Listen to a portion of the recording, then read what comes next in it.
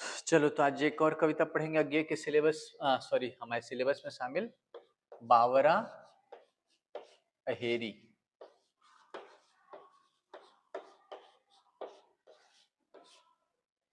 अज्ञे का जीवन परिचय लिख कर लाने बोला था, लाए हो सभी?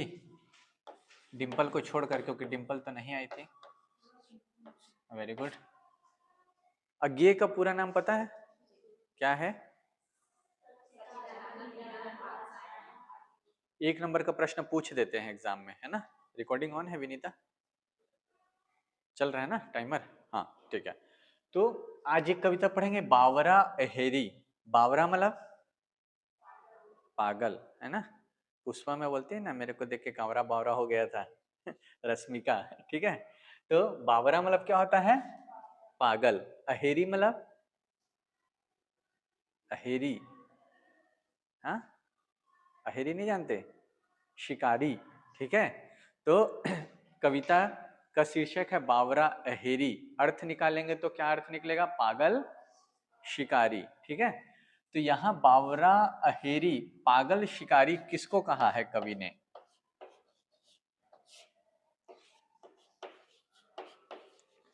स्पष्ट कर देता हूं शुरू में ही, तभी कविता समझ में आएगी, ठीक है? तो कवि ने बावरा अहेरी या पागल शिकारी कहा है सूर्य को, सूरज को। अब सूरज को ध्यान में रखते हुए इस कविता को पढ़ेंगे, सुनेंगे, समझेंगे तो कविता आपको स्पष्ट होती जाएगी, ठीक है? तो देखते हैं, छोटी सी कविता है। भोर का बावरा अहेरी, सुबह का पागल शिकारी। पहली लाइन से अब सूरज बोले तो समझ में आ गया, है ना? कि सुबह का पागल शिकारी कौन है? सूरज। अब ये पागल शिकारी क्या करता है? पहले बिछाता है पहले बिछाता है आलोक की लाल लाल कनिया, ठीक है? शिकारी जाल बिछाने से पहले क्या करता है? हाँ, दाना डालता है ना। तो ऐसे ही ये पागल शिकारी सूरज क्या करता है? आलोक की, आलोक मतलब, हाँ, आलोक फैल गया, आलोकमय। आलोक मतलब क्या होता है? हाँ, जगे हम लगे जगाने विश्व फिर लोक में फैला आलोक। आलोक नहीं पता? हाँ, आलोक मतलब प्रकाश, रोशनी, ठीक है? तो ये पागल शिकारी क्या करता है कि भोर का बावरा अहेरी, सुबह का पागल शिकारी पहले बिछाता है आलोक की लाल लाल कनिया। कोई भी शिकार करने से पहले दाना डालते हैं। मछली पकड़ते देखा है या पकड़ने गए हो तो क्या करते हैं? पहले चारा डालते हैं ना। चारा को ऐसे लटका के बैठे रहेंगे, है ना? और जैसे ही मछली चारा खाने आएगा आप खींच लेते हो, है ना? तो शिकार के लिए क्या किया जाता है? पहले चारा या दाना डाला जाता है। ऐसे ही ये पागल शिकारी सूरज किसके दाने डालता है? लाल लाल कनिया। मतलब सुबह की किरणें कैसी होती है? लाल होती है ना? इसलिए कवि ने कहा है कि लाल लाल कनिया, कनिया मतलब कण या दाने। पर जब खींचता है जाल को, दाना डाला, जाल बिछाया, और जब शिकार आता है तो जाल को क्या कर लेता है? खींच लेता है। तो लाल लाल किरणों के दाने डालकर जब वो सूरज जाल को खींचता है तो देखिए क्या क्या बंध जाता है साथ में, उसके जाल में कौन कौन फंसते हैं। बांध लेता है सभी को साथ। ये सूरज रूपी शिकारी सभी को बांध लेता है, बांध लेता है सभी को साथ। कौन कौन साथ है देखिए? छोटी छोटी चिड़िया, छोटे छोटे चिड़िया, मंझोले परेवे, परेवा बोलते हैं ना छत्तीसगढ़ी में भी, क्या बोलते हैं? हाँ, पेरवा बोलते हैं इधर, है ना? हमारे यहाँ परेवा बोलते हैं, इसी लोग पेरवा टाटा नाम पड़ा है ना, इधर एक जगह है उसका, है ना? तो मंझोले परेवे, बड़े बड़े पंखी, डैनो वाले, डील वाले, डॉल के बेडॉल, ये सब फंस जाते हैं सूरज की किरणों के जाल में। मतलब सच में कोई जाल नहीं बिछाया है, मतलब कवि ये कल्पना कर रहे हैं, मानवीकरण कर रहे हैं प्रकृति का, सूरज का, कि सूरज की जब किरणें आती है, लाल लाल किरणें आती है, तो उसमें इतना आकर्षण होता है कि छोटे पंछी, सबसे पहले कौन उठते हैं? पंछी उठते हैं ना। सूर्योदय होते ही चहचहाने लगते हैं, कलरव करने लगते हैं, उनकी आवाज आने लगती है। तो छोटे पंछी, मंझले पंछी, बड़े बड़े पंछी, विशाल डैने वाले पंछी, सब इसके जाल में फंस जाते हैं, मतलब मोह में आबद्ध हो जाते हैं। अब यहाँ देखिए कुछ कुछ पंक्ति पद बोलूंगा मैं, आप बताइएगा अलंकार पहचान पा रहे कि नहीं। छोटी छोटी, बड़े बड़े, कौन सा अलंकार होगा? पुनरुक्ति प्रकाश ना, ठीक है, हैं? छोटी छोटी, बड़े बड़े, वही तो एक सेमेस्टर, अभी एक सेमेस्टर बोलने के लिए एक सेमेस्टर हुआ है, लेकिन अभी कुछ दिन पहले ही पढ़ रहे थे हम लोग, है ना, एक आध महीने पहले, तो इतना जल्दी नहीं भूलना है।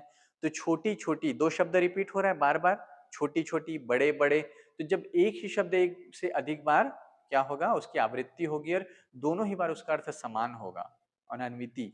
तो कौन सा अलंकार होगा? पुनरुक्ति प्रकाश। तो छोटी छोटी, बड़े बड़े में आएगा आपका पुनरुक्ति प्रकाश। अब इसमें बताना दीपिका, आप जो बोल रहे थे इसमें आएगा डेनो वाले, डील वाले, डॉल के बेडॉल। कौन सा वर्ण बार बार आ रहा है? ड। तो यहां पर कौन सा अलंकार होगा? अनुप्रास अलंकार। क्लियर है? चलिए ठीक है, अब देखते हैं। डेनो वाले, डील वाले, डॉल के बेडॉल, उड़ने जहाज। उड़ते जहाज होना चाहिए, यहाँ उड़ने जहाज लिखा है। तो ये सब छोटे पंछी, मंझले पंछी, बड़े पंछी और डेनो वाले मतलब विशाल वायुयान, वायुयान भी इस सूर्य के किरण के जाल में फंस जाते हैं। बावरा, अहेरी, पागल सूरज के जाल में फंस जाते हैं। और कौन कौन फंसता है देखिए। कलश त्रिशूल वाले, मंदिर शिखर से ले। जो बड़े बड़े मंदिर है, जिनके कलश ऊंचे ऊंचे कलश है, मंदिर का जो ऊंचा भाग है, ऊपर ऊपरी हिस्सा है, वो क्या कहलाता है? कलश कहलाता है। त्रिशूल, त्रिशूल, मंदिर के ऊपरी हिस्से में त्रिशूल भी होता है ना। तो जिनके शिखर में कलश है, त्रिशूल है, वो सब मंदिर के शिखर, तार घर की नाटी मोटी चिपटी गोल धुस्सों वाली उपयोग सुंदरी बेपनाह काया को। तो तार घर में काम करने वाली नाटी मोटी चिपटी, है ना, जो एक स्त्री है ना, जो कंबल धारण करने वाली स्त्री है, उसकी बेपनाह काया को, मतलब बिना किसी आश्रय के काया को, मतलब जिनको ठंड लगती है, जो काम कर रहे हैं, सुबह सुबह जल्दी ऑफिस जाते हैं, कार्यालय पहुंचते हैं, उन सबको भी कौन समेट लेता है अपने जाल में? ये पागल शिकारी या सूरज, बावरा, अहेरी समेट लेता है। गोधूली की धूल को, मोटरों के धुएं को भी, है ना, शाम में जो धूल उठा रहता है, गोधूली जो बेला होती है ना, जब गाय आते थे पहले शाम के समय तो धूल उड़ती थी, इसलिए उसको क्या कहते थे? गोधूली बेला। अक्सर शादी कार्ड में लिखा रहता है बारात का आगमन गोधूली बेला में, है ना। तो गोधूली बेला क्यों कहते हैं? वो गायों के आने का समय होता था, पहले सारे गाय गांव में एक साथ लौटती थी, है ना। तो गोधूली के समय जो धूल उठा रहता है वातावरण में, मोटरों के धुएं, जो शाम को मोटरों के धुएं रहते हैं, पूरे वातावरण में छाए रहते हैं। पार्क के किनारे पुष्पिताग्र कर्णिकार की आलोक खची तन्वी रूप रेखा को। इसके अलावा और किसको फंसा रहे हैं? पार्क के किनारे, किसी उद्यान के किनारे जो पुष्पिताग्र कर्णिकार की, कनेर का जो फूल होता है या कनक चंपा का जो फूल होता है, पुष्पिताग्र, उस फूल के अग्रभाग को, है ना, आलोक खची तन्वी। यहाँ पे एक पद आया है आलोक खची तन्वी, इसको समझिए। आलोक मतलब क्या होता है, अभी बताया आप लोग को। प्रकाश से खची तन्वी, प्रकाशमय कह सकते हैं, है ना, प्रकाश से पूर्ण या प्रकाश से भरी हुई। जब सूरज की किरणें पड़ती है तो वो जो चंपा के फूल है वो क्या होते हैं? उसका अग्रभाग प्रकाशमय हो जाता है तन्वी रूप रेखा को। और ये जो चंपा का जो फूल है, ये कैसा है? कृष्णकाय है, पतला दुबला, है ना। इसका शरीर कैसा है? जैसे एक सुंदरी पतली दुबली कृष्णकाय युवती की देह होती है, ऐसे ही ये चंपा फूल की देह है। इसको आलोक से युक्त कर देता है, प्रकाश से भर देता है जब ये बावरा अहेरी या सुबह का सूरज आता है, ठीक है। और दूर कचरा जलाने वाली कल की उद्दंड चिमनियों को, और सुबह उठते ही क्या नजर आते हैं उसके जाल में? कचरा जलाने वाली उद्दंड चिमनी। जैसे तमनार में जब सूरज उगता है तो जिंदल की चिमनियां नजर आती है ना, ऐसे ही ये कह रहे हैं दूर कचरा जलाने वाली कल की मतलब यंत्र, कल मतलब कारखाने, कल पुर्जा बोलते हैं ना, तो कल मतलब यंत्र, कारखाने कि उद्दंड चिमनियों को क्या कह रहे हैं? उद्दंड कह रहे हैं। क्यों कह रहे हैं? क्योंकि ये क्या होते हैं? उच्च श्रृंखल होते हैं, प्रदूषण फैलाते जाते हैं। किसी का नियंत्रण होता है? नहीं होता है। किसी के सुनते हैं? नहीं। तो उद्दंड चिमनियों को धुआं यूं उगलती है मानो, और ये जो चिमनियां हैं इस तरह से धुआं उगलती है यहाँ के चिमनियों को भी देखना आप, है ना। धुआं यूं उगलती है मानो उसी मात्र से अहेरी को हरा देंगी। ये जो चिमनियां हैं इस तरह से धुआं उगलती है मानो ये अहेरी से, सूरज से प्रतिस्पर्धा कर रही हो कि हम इतना धुआं फैलाएंगे, इतना प्रदूषण करेंगे कि तुमको हरा देंगे, मतलब तुम्हारा प्रकाश नजर नहीं आएगा। इस भाव से ये धुआं उगल रही है। अब फिर मेरे को एक अलंकार बताना, धुआं यूं उगलती है मानो, मनु मानो जनु जानो, कौन सा अलंकार याद आ रहा है? उत्प्रेक्षा। ठीक है, जहां पे भी संभावना होगी वहां कौन सा अलंकार होगा? उत्प्रेक्षा।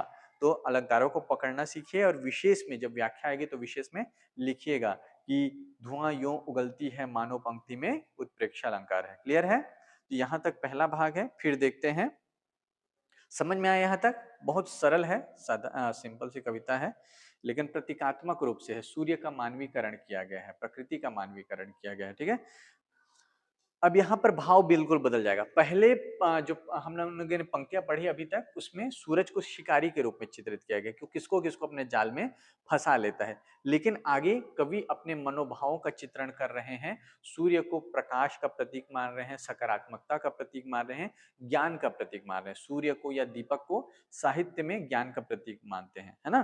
तो कहते हैं कवि, निवेदन करते हैं, अगर ये पंक्ति आती दूसरी वाली तो प्रसंग बदल जाएगा। पहले जो कुछ पंक्तियां मैंने पढ़ाई उसका प्रसंग यही रहेगा कि जो सूर्य है उसका मानवीकरण किया गया है और उसको शिकारी के रूप में चित्रित किया गया है। ठीक है, उसके बाद देखते हैं दूसरी पद को, बावरे अहेरी रे, हे पागल सूरज, है ना, कुछ भी अवध नहीं तुझे सब आखेट है।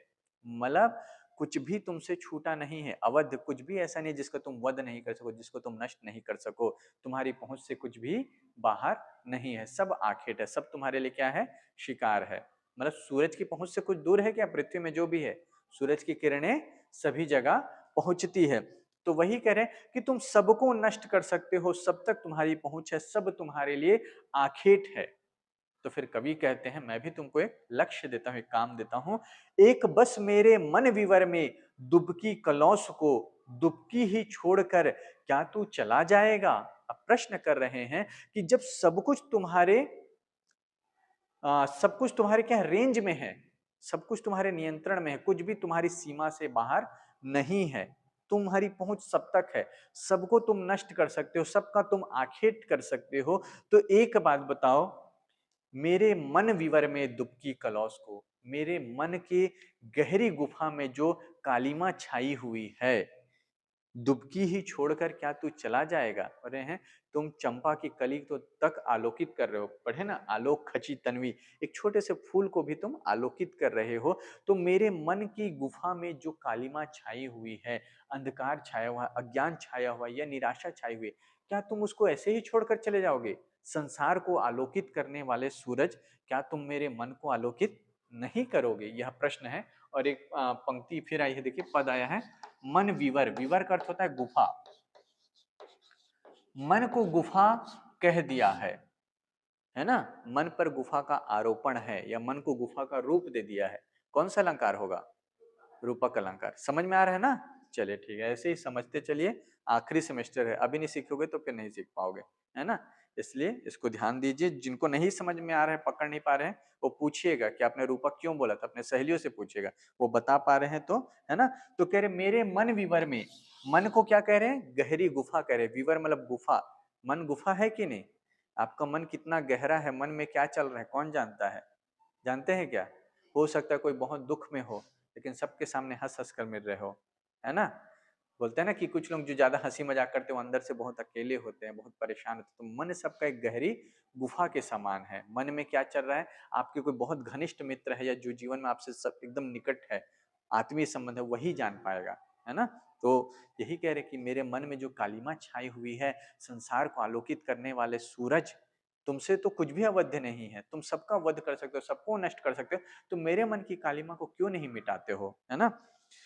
ले मैं खोल देता हूं कपाट सारे, कह रहे हैं कि तुमको यदि मेरे मन के भीतर झांकने में दिक्कत है तो मैं सारे कपाट दरवाजे खोल देता हूं, मेरे इस खंडर की शिरा सिरा छेद दे, आलोक की अनी से अपनी। कह रहे हैं कि मैं स्वयं सारे द्वार खोल देता हूँ, मुझ तक पहुंचने के सारे मार्ग खोल देता हूँ। तुम जैसे संसार के कोने कोने को प्रदीप्त कर रहे हो, आलोकित कर रहे हो, मेरी शिरा शिरा को, मतलब मेरी एक एक नसों को, है ना।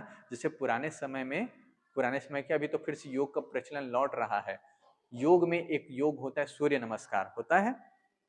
तो हमारे जो पूर्वज होते थे वो प्रतिदिन सूर्य नमस्कार करते थे, या फिर नहाते समय, स्नान करते समय सूर्य को जल अर्पित करते थे। तो क्यों ऐसा करते थे? क्योंकि सूर्य शुरू से ही सकारात्मकता का, ऊर्जा का, ज्ञान का स्रोत माना जाता है।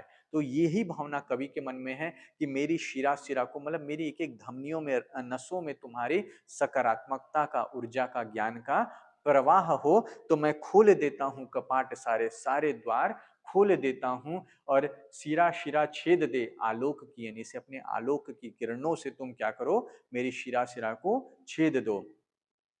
गढ़ सारा ढाह कर ढूह भर कर दे, और कह रहे हैं कि मेरे मन का जो भी गढ़ है, मतलब मेरे अंदर जो भी अज्ञान है, अहंकार है, जो भी दुर्भावना है, जो भी कालिमा, उस सबको तुम ढहा दो। जैसे तुम सबको नष्ट करते हो, वैसे मेरे मन की जो भी किलाएं हैं, वो किला जो दुर्गुण का प्रतीक है, अज्ञान का प्रतीक है, उनको ढहा दो। और क्या करें, विफल दिनों की कलौंस पर मांझ जा, मेरी आंखें आंज जा। और कह रहे हैं कि विफल दिनों की, वो दिन जब मैं विफल रहा, या मेरे जीवन में नकारात्मकता, हार आई, परेशानी, उन सब की जो कालिमा मन में छाई हुई है, उन सब को तुम मांझ जाओ, मतलब साफ कर दो, परिष्कृत कर दो, मेरी आंखें आंज जा। जैसे आंखों में श्रृंगार करते हैं, काजल लगाते हैं, वैसे ही मेरी आंखों में तुम श्रृंगार कर दो, ठीक है, काजल लगा दो। कि तुझे देखूं और मन में कृतज्ञता उमड़ आए, कि मैं तुमको देखूं, जब तुम मेरे भीतर के अज्ञान को नष्ट कर दोगे, मेरे भीतर के अहंकार को नष्ट कर दोगे, तो मैं तुम्हें देखूंगा तो मेरे मन में क्या आएगी, कृतज्ञता आएगी, किसी के प्रति आभार मन में आना, है ना, वह क्या है, कृतज्ञता उमड़ आए। पहनू सिरापे से, सिरोपे से ये कनक तार तेरे, बावरे अहेरी। और कह रहे हैं कि जब तुम मेरे मन के सारे कालिमा को मेट दोगे, है ना, मिटा दोगे, जब तुम मेरे अज्ञानता को, अहंकार को, मन के अंधकार को हर लोगे, तो मैं तुमको देखकर कृतज्ञ हो उठूंगा। और पहनू सिरोपे से ये कनक तार तेरे। अब फिर देखो, कनक मतलब क्या होता है, बोलो क्या होता है, सोना, है ना, यहाँ सोना ही होगा। सूरज की जो सुबह की किरणें हैं वो कैसी है, स्वर्णिम किरणें हैं, पीली होती है या लाल होती है। तो यहाँ पर कह रहे हैं कि जब तुम मेरे सारे अहंकार को, अंधकार को हर लोगे, तो फिर मैं गर्व से पहनूंगा, जैसे वस्त्र धारण करते हैं सिरोपे से, वस्त्र के समान तुम्हारे कनक तार। यहाँ पर कनक तार में कौन सा अलंकार होगा, रूपक अलंकार होगा। जहां पर भी सा से सी गायब सीधे आरोपित कर देगा कि तार, मतलब उसकी किरणों को कनक, सोने की किरण कह दिया है, सोने की किरणें कह दिया है, तो रूपक अलंकार होगा। और उसको किसकी तरह पहनूंगा, सिरोपे से। अब सिरोपे से कौन सा अलंकार, वेरी गुड, भूरी मती ने आज जितना बताया पूरा 100%, 10 on 10, है ना, बहुत बढ़िया। तो उसको जैसे कपड़े के समान पहनते हैं, जैसे कपड़ा पहनते हैं, वैसे मैं तुम्हारी किरणों को धारण करूंगा, ओ बावरे अहेरी, हे पागल शिकारी। तो ये कविता छोटी सी कविता है, लेकिन बहुत सुंदर कविता है। प्रकृति का मानवीकरण किया गया है, सूरज का मानवीकरण किया गया है।